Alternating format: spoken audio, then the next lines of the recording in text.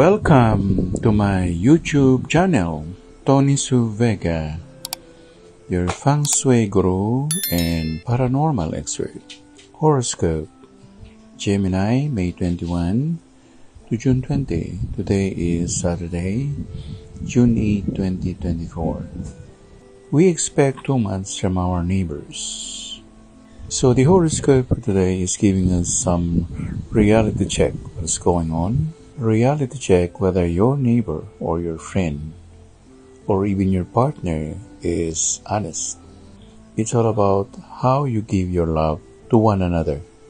If you don't love, you won't be loved. If you don't show kindness, others will not be kind to you. Ang ating pong horoscope ngayong araw na ito, 8 ng Hunyo 2024, araw ng Sabado, panahon pa rin ng Gemini, May 21 to June 20.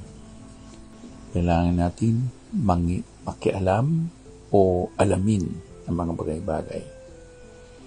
Kasi pag hindi, magkakamali tayo. Maaari tayong lukuhin ng ating kapwa.